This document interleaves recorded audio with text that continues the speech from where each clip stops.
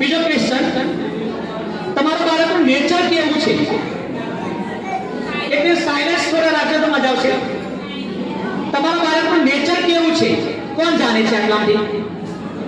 Okay, ચલો તમે એક પેરેન્ટ જાણે છો. ઓકે, સરસ.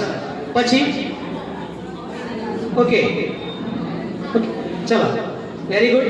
બીજો સવાલ, ઇન ફ્યુચર તમારું બાળક કઈ ફિલ્ડમાં જશે કોને ખબર છે?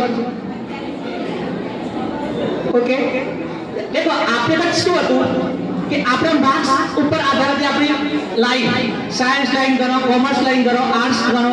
ઓકે, આપણા માર્ક્સ જે 10th માં આયા હોય એના પર ડિપેન્ડ હતું. ઓકે, પણ અત્યારનો જે જમાનો છે એ એવું છે નહીં, અને એ વખત બી હતું એ રોંગ જ હતું. ઓકે, સંભળાતું નથી પાછળ?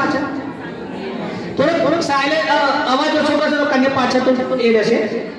ઓકે, આપણે કરતે જે હતું આપણે સાયન્સ લાઈન નક્કી કરી આપણા માટે, કોમર્સ લાઈન નક્કી કરી. ઓકે, પણ શું આપણે એના માટે તૈયાર હતા? આપણી એબિલિટી હતી સાયન્સ માટે. 10માં કદાચ માર્ક્સ સારા આવી બી ગયા તો પપ્પાએ સાયન્સ લાઈન લેવડી દીધી, પણ શું આપણે સાયન્સ લાઈન માટે બન્યા હતા? આપણે કોમર્સ લાઈન માટે બન્યા હતા? કોને ખબર છે? કોઈને ખ્યાલ છે આટલા તમારું બાળક કઈ લાઈન માટે બન્યું છે અત્યારે? ઓકે, એની કઈ એબિલિટી છે અત્યારે કોને ખ્યાલ છે? કઈ સ્ટ્રેન્થ છે, કઈ વીકનેસ છે બાળકનું?